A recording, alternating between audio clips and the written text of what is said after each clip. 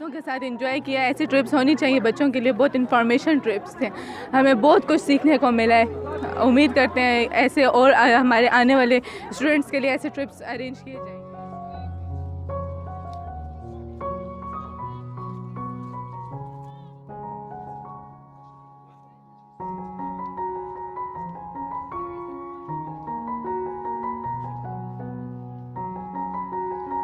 हमने बहुत इन्जॉय किया यहाँ पे। हम आर्कोलॉजी डिपार्टमेंट से आए हैं, तो यहाँ पे हमने बहुत कल्चर की इंफॉर्मेशन ली है और बहुत से हम कोरियन से भी मिले हैं फर्स्ट टाइम।